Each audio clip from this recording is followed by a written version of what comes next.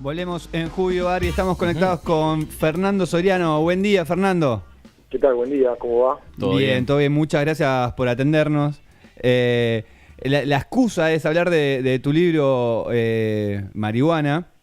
Y me llama la atención, viendo entrevistas, desde que empezaste a hacer este libro hasta ahora, hay como un cambio en cuanto a la legalización por todo lo que tiene que ver con el uso medicinal. No sé si viste como un cambio de empatía en más gente. Sí, si tomamos como punto cronológico 2014, 2015, claro, que fue cuando empecé a hacer el libro, sí, hay un cambio grande. Desde que salió a esta parte, salió el mismo día que se aprobó la ley en el Senado, el cambio ya, digamos que aminoró su marcha. Pero sí, obviamente esto que está pasando con el cannabis y con el uso medicinal hace 3, 4 años era impensado, absolutamente. Históricamente, el libro trata desde Belgrano, por así decirlo. El consumo era como de abajo de los esclavos, de la gente pobre, y que después se fue como masificando, por así decirlo. En Argentina en particular, ¿cómo fue ese proceso? Si te referís al consumo de cannabis como sustancia psicoactiva, Exacto, sí, como lo que llamamos ahora droga, sí, acá los primeros registros de gente que la haya usado con ese fin es de los esclavos africanos, exactamente.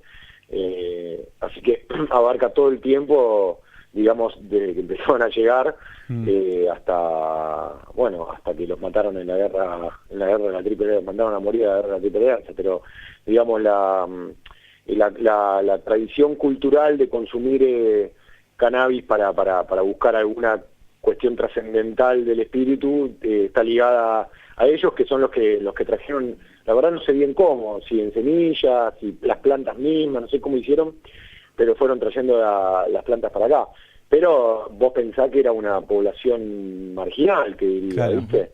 Lo que pasa es que no estaba el concepto de droga, no estaba el concepto de lo prohibido, entonces por ahí para los blancos de Buenos Aires simplemente era una cosa rara que los negros y las negras fumaran pan, ellos le llamaban pango. Es como, nada, quizás, trato de imaginarme una posibilidad bastante concreta, era una costumbre como el mate, digamos, ¿no? Claro. Sí, como el tabaco. De hecho, cuando gente de afuera nos ve tomar mate, dicen, ¿qué es eso que están compartiendo? Es una... Sí. Claro. Sí. Es interesante eso del concepto de droga, digamos, porque básicamente cambia todo. Y sí, el concepto de droga es un concepto moderno, así que en la antigüedad no existía esa mala mirada sobre las sustancias, porque por un montón de cuestiones que tienen que ver con la ciencia y también con la política, ¿no? Claro. Pero acá se vendían porros importados de Francia en las farmacias hasta más o menos el año 30. Así que ahí es cuando empieza a haber una cuestión global, universal, de dejar de tolerar ciertos consumos en el medio de una ola política sanitarista, digamos, ¿no? Sí. Donde el Estado sobreprotege, digamos, se inmiscuye demasiado en la salud de las personas, tanto que se meten en su privacidad, y así estamos hoy, ¿no? Sí. Con esa contradicción lo podemos también aplicar al caso del aborto. Hay una contradicción ahí porque el cuerpo es nuestro y nosotros tenemos derecho a hacer lo que queremos con nuestro cuerpo, siempre y cuando no afectemos a los demás.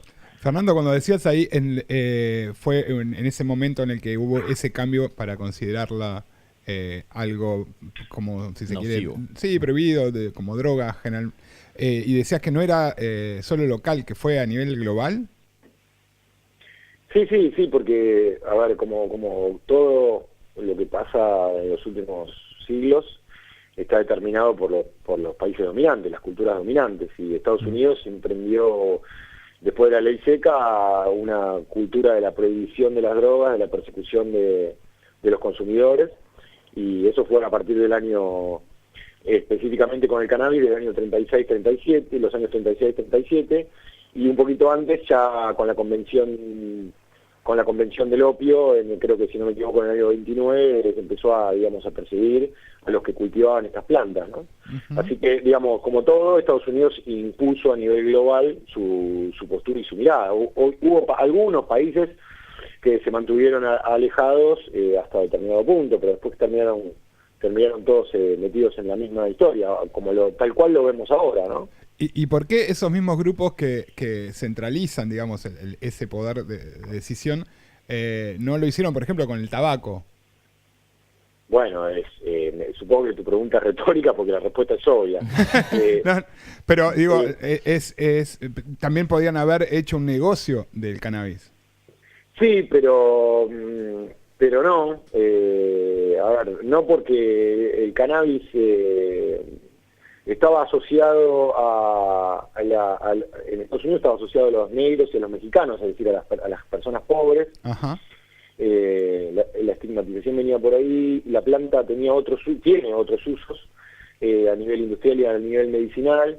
Se dan una serie de factores que yo explico bien en el libro, que por ahí es largo explicar acá. Sí, pero sí. Está la cuestión, en lo medicinal, hay una cuestión casi te diría que de moda, porque el cannabis no es hidrosoluble, entonces empezó el uso de las jeringas, y la medicina se volcó hacia la aplicación de inyecciones de otros medicamentos.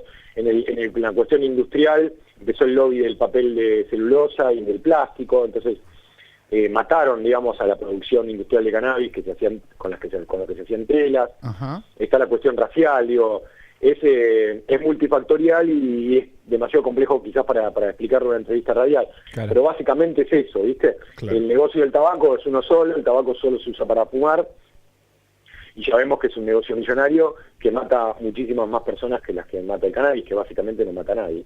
Claro, y volviendo acá en Argentina, que la historia de Belgrano es muy interesante, que él volvió de España y tenía como una idea, no de uso recreativo, sino que más bien industrial, económico, del uso de la marihuana. Claro. ¿Cómo era la idea de él en cuanto al uso de la marihuana y de poder plantar? ¿Y por qué no terminó pasando, digamos? Esa parte me queda... Belgrano se formó en España y volvió a los 26, 27 años, todavía como funcionario de la corona. Este territorio todavía era parte del virreinato y se encontró con una pobreza descomunal, porque, bueno, también es complejo explicar ahora, pero los comerciantes vivían del contrabando, del monopolio, y bueno, un poco como pasa ahora, había un pequeño sector de la sociedad rico y un gran sector pobre. Entonces... parece que no cambia eso. Parece que no cambia eso. No, eso empeora, te diría. Sí. Y bueno, él quiso, digamos, empezó a proyectar diversos planes para sacar de la pobreza a la gente y para ayudar a la corona, ¿no? En principio esa era su idea. Y uno de esos planes era cultivar cáñamo, que era un negocio muy rentable, de los más rentables que había en ese momento y muy extendido en Europa. O sea, él fue un visionario en el sentido de poder traerlo acá. Tampoco fue el primero, ya lo había querido hacer la corona 100 años antes, pero bueno, él digamos se preocupó, estudió, escribió una serie de memorias al respecto donde explicaba cómo había que cultivarlo, cuáles eran los beneficios. Y bueno, y no tuvo éxito por diversas razones. Primero porque la corona no quería potenciar a este territorio, no quería darle ideas independentistas en el sentido de estos tipos cuando vean que ganan guita van a querer separarse de nosotros. Claro. Y además porque el cultivo no prendía acá, ¿viste? Solo prendió en Chile. En el resto de Latinoamérica casi que no prendió. Y bueno, digamos, también yo en mi libro juego un poco con que esa negativa de la corona fue otra gran razón en Belgrano para pensar en la revolución, ¿no? Sí.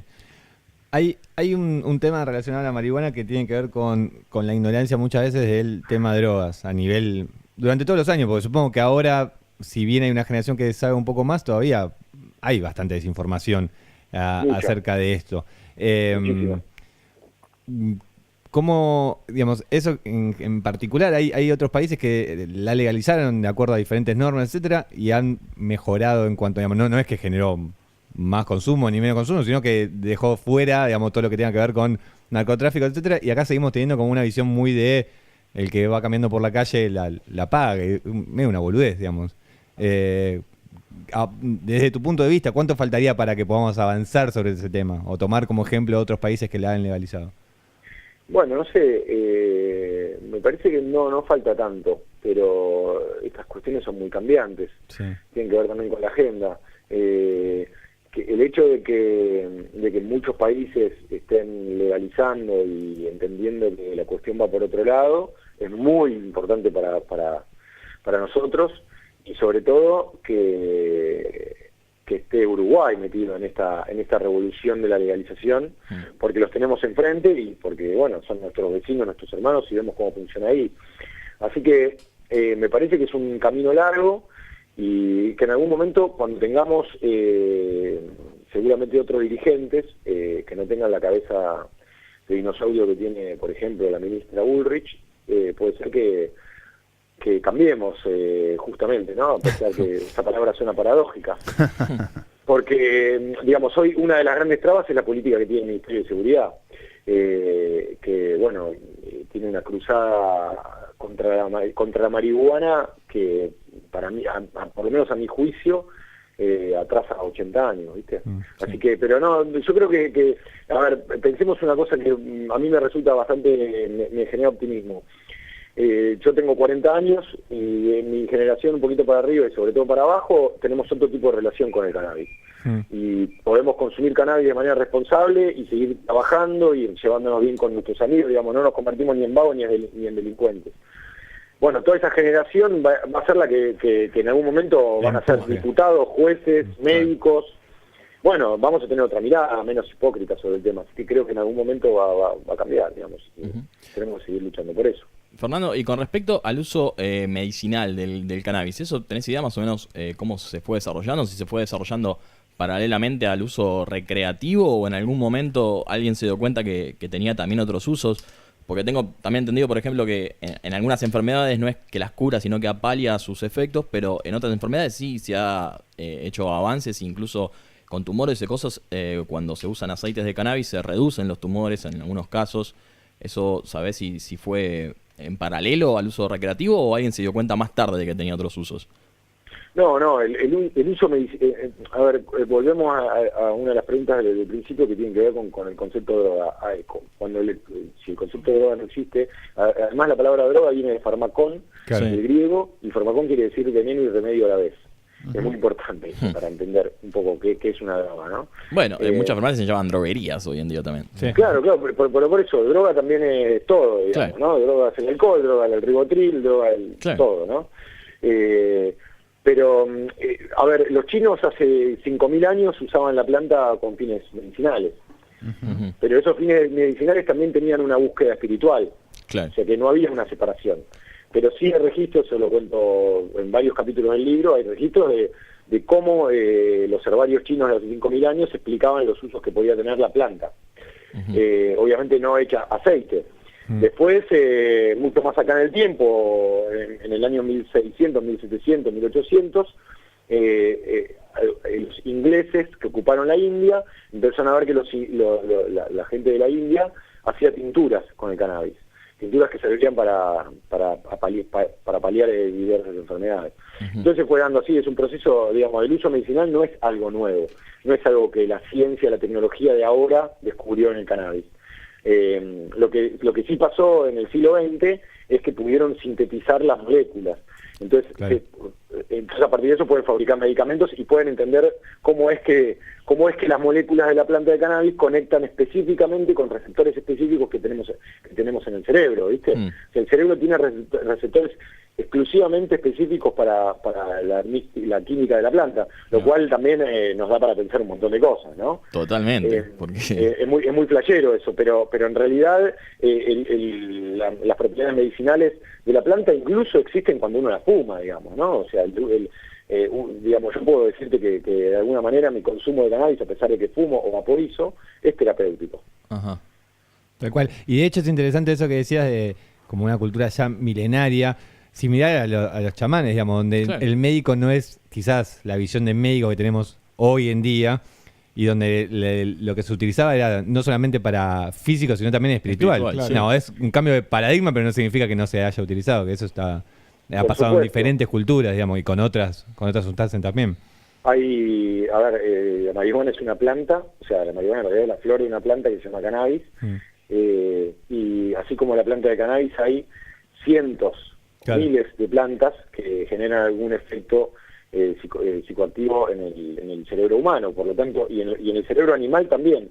Yo en el libro cuento varios ejemplos de cómo los animales consumen sustancias psicoactivas para flashearla, digamos, ¿no? Sí, hay unos videos muy lindos en internet de gatos consumiendo, no recuerdo qué sustancia, que se ve muy flasheando. Sí, los camellos, los elefantes, las jirafas, las vacas, digamos, hay algo inherente al ser que es descubrir nuevos recovecos mentales que tiene que ver con lo que la potencia de la sustancia, ¿no?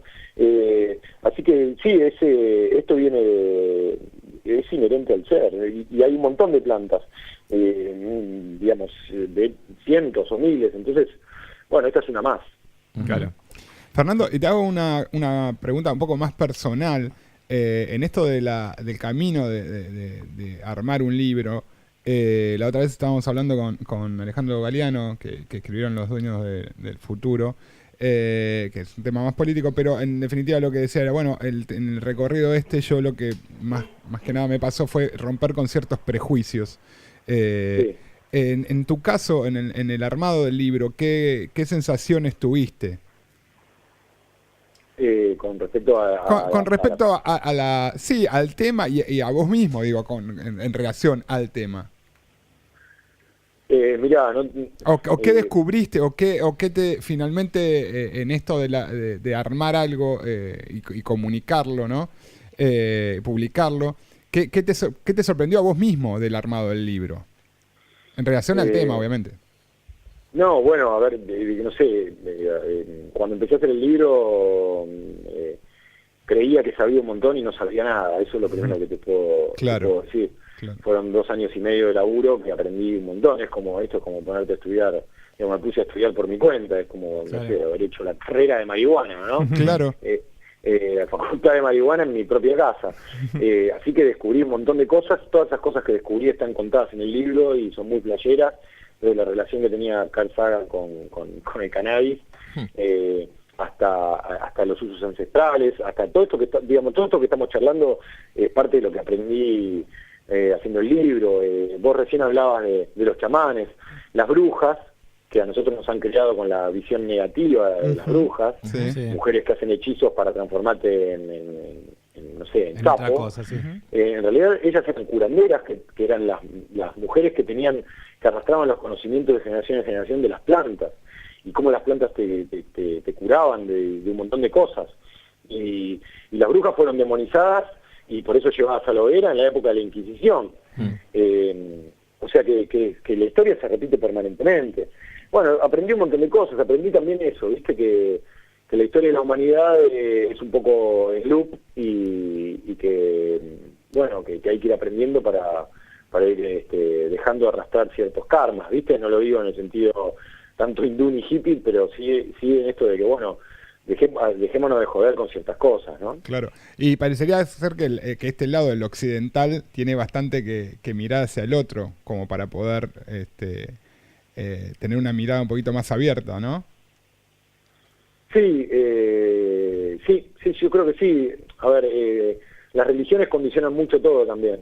Entonces hay una parte de lo oriental que es súper interesante, pero si te agarran con un porro en un país musulmán te matan. O sea te cortan, no sé, te cortan una mano, no sé qué te hacen, pero puedes quedarte toda la vida en la cárcel. Así que digo, lo que sí es cierto de lo que vos decís es que el origen del consumo cultural, sacramental, religioso de esta planta está en la India y está en China, ¿no? Y bueno, sí, de ahí hay un montón de cosas que aprender. La planta está muy metida, por ejemplo, en la cultura ayurveda e hindú, digamos, la verdad que sí. Occidente está muchísimo más contaminado de la visión capitalista, ¿no? Claro. Fernando, sacándote un poco del libro y hablando del rol del periodista, yo te seguía bastante el año pasado con todo lo que es el caso Maldonado, que escribiste un montón. No para hablarte del caso en particular, pero sí como tu visión de periodista, que quizás fue como un caso muy paradigmático para ver como la miseria que hay en este momento. Es decir, un caso que tenía mucha incertidumbre, como las cosas que se dijeron, las cosas que se difundieron, etcétera. Sí. Y cómo lo viviste vos, de un lado que uno te seguía, era muy responsable de la forma de comunicar, digamos, pero al mismo tiempo uno podía consumir cualquier mierda, digamos, por meses. Sigue pasando, ¿eh? Sí, y pasó antes y tomé este caso porque fue como Emblemático. muy emblemático, porque quedó muy a la vista, digamos, por eso. Sí, le quiero decir que sigue pasando con las pocas novedades que hay del caso, Sí, que, bueno, trato de publicar, y ahora pasa con Rafael Nahuel y pasa con Tal el cual. pibito que vendía sándwiches de salame, digo, hay una cosa ahí muy fulera. Respecto de mi laburo con el caso Maldonado, lo que te puedo decir es que tengo 17, 18 años de periodista, y es el caso más difícil que me tocó cubrir, un caso donde, bueno, obviamente está muy operado por los diferentes intereses. Algunos medios han operado en favor de esos intereses, y eso ha destenido todo, y también es uno de los ejemplos más terribles que vivimos en una sociedad de mierda, ¿no? Donde toda esta gente que comenta impunemente en las redes ha dicho cosas como: nos tienen harto con el caso Maldonado, se aboga, que se joda por pelotudo, por hippie, por no saber nadar. O, Bueno, la verdad inventar un día cosas que como- nunca pasaron, ¿Cómo? además. ¿Cómo? Inventar cosas que nunca pasaron, que estaban en tal pueblo, que tal cosa, digamos, ensuciar a la familia. Digamos. Inventar que no pasaron. Ahora con la muerte de Rafael Nahuel, Lo un mismo. diario muy importante sale a decir que Rafael Nahuel tenía pólvora en las manos, y después los estudios comprobaron que no, pero la gente ya se quedó con la idea de que Rafael Nahuel tenía pólvora en las manos, y se acabó. O sea, se acabó. O sea, quedó ahí, va a quedar así. Digamos, está toda esta historia de la posverdad que es así. Y, bueno, digamos, un día como hoy, 24 de marzo, con todo el peso importante y terrible que tiene para todos nosotros, me parece interesante para reflexionar la mierda que puede llegar a ser la sociedad con determinadas cosas, ¿no? Creo que así como pasa con el uso medicinal del cannabis, que sirve para generar empatía y entender que la cosa puede venir por otro lado, con eso también, digamos, hasta dónde puede llegar una persona o un periodista o un político como Carrió, cuando hace referencias absurdas como lo de Walt Disney, Sí. hasta dónde puede llegar la distancia y la falta de empatía, ¿no? Detrás de la muerte de Santiago Maldonado, más allá del reclamo que hay de las poblaciones mapuches sobre su territorio ancestral, hay una familia que perdió a un hijo, un hermano, un primo, y me parece que el punto de partida para trabajar estos temas es ese, por lo menos para mí, ¿no? Y lo hago cuando muere un pibe en un afano también, digo, ¿no? O sea, Sí. esas diferentes categorizaciones de las víctimas me parecen una mierda, ¿no? Para el periodismo y para la gente que consume información. Y en el día a día, para vos, por esto mismo, digamos, ¿cuán difícil es ser periodista hoy, digamos, por lo que estás contando? ¿O cuán difícil No sé. A mí la verdad no me resulta difícil. O sea, es un trabajo difícil, pero yo no me siento perseguido, digamos, Claro. ¿no? Y por otro lado, agradezco el espacio que tengo en Infobae y la verdad que la amplitud con que asumen determinados temas. Y el día que no lo digo por Infobae, digo en general, ¿no? Cuando no pueda decir algo, lo diré por otros medios o me dedicaré a otra cosa, porque, digamos, ese es el límite, ¿no? Pero la verdad que no sé, después, digamos, para que te des una idea, en Esquel estaba lleno de servicios, o sea, de gente del servicio de inteligencia, y que nos seguían los periodistas a todos lados, ¿viste? Y los veíamos. Pero la verdad que eso a mí no me genera nada, porque también el laburo que hacemos es transparente, ¿viste? Así que no hay nada que esconder. Claro. Fernando, mil gracias por este tiempo. Lo último es que nos quedamos sin ver a Pearl Jam. Vos también ibas a ir. Tremendo, sí, tremendo. La verdad que por suerte no había comprado la entrada, me habían invitado, Pero el domingo cuando amaneció todo así, me enteré que habían suspendido, me quería matar porque la verdad que se me había entusiasmado. Aparte le quería ver a David Kahn también. Una lástima. Igual yo lo vi en Ferro, ¿viste? Y para mí eso fue... Le comentaba el otro día esto a Silvio, que está acá, que es mi hermano. Nosotros somos muy fanáticos, hemos ido creo que todas las veces que vinieron, pero obviamente el de Ferro es medio insuperable, es como... digamos, los vas a ver porque sabés que va a estar bueno, pero esa magia va a ser complicado de repetir. Y yo creo que sí, a mí no me gusta la nostalgia, ¿viste? Ponerme nostálgico con las cosas que vivimos, pero la verdad es que ese show fue espectacular por un montón de razones, sobre todo porque no habían venido nunca y estaban bastante en la cresta de la ola, ¿no? Sí. Fer, mil gracias por esta charla y nada, gracias nuevamente. Por favor, un placer, chicos, un abrazo grande. Un abrazo grande. Pasó Fernando Soriano, muy buena la charla. Sí. Síganlo en las redes, él trabaja principalmente en Infobae, pero siempre está ahí compartiendo información. Obviamente síganlo en Twitter y él va a compartir. Lo del libro también. Lo del libro, cómprenlo. Tiene otro libro que también tiene que ver con Independiente, que no hablamos de esto. Hablamos de fútbol y ayer Argentina jugó. Por eso no hablamos de fútbol. Como para acomodarnos y hacer un lado B.